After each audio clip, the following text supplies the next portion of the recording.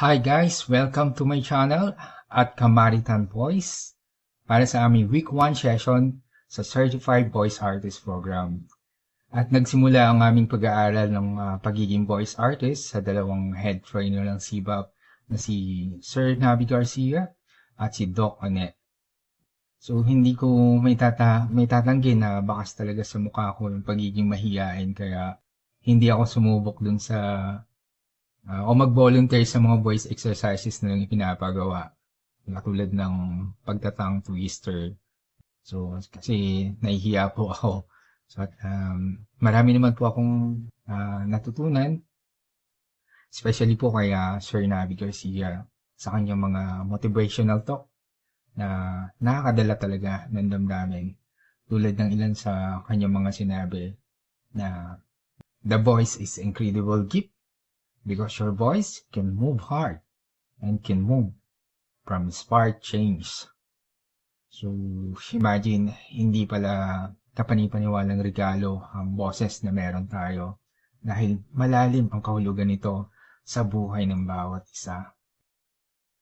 At matutuklasan lang natin ito sa pamamagitan ng personal exploration na kung saan unti-unti mong matutuklasan ang mga hindi mo inaakalang magagawa pa ng boses mo tulad ng pagkanta, pagtula, paglarap,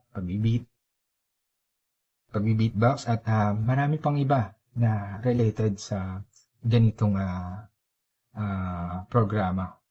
So, ang natutunan ko naman kay Doc One sa kanyang mga itinuturo is yung napaka-importante na pangalagaan yung boses na meron tayo, lalo na sa larangang ito na mababaliwala ang natutunan natin kung malat o paus naman ang boses na meron tayo.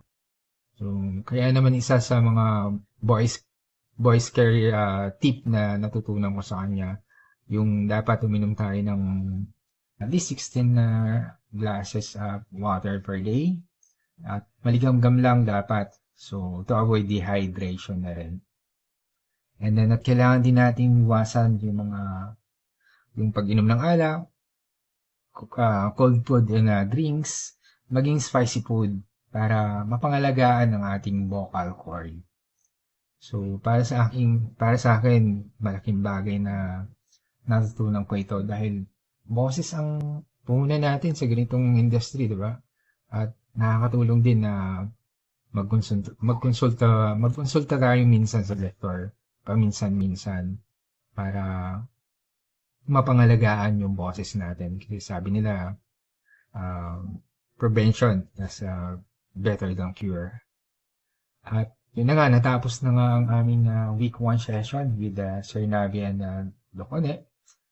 Marami pong salamat sa mga itinuro nyo.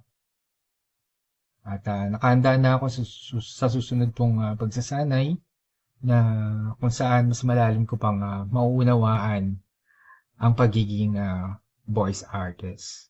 So, thank you for watching. Salamat. Bye.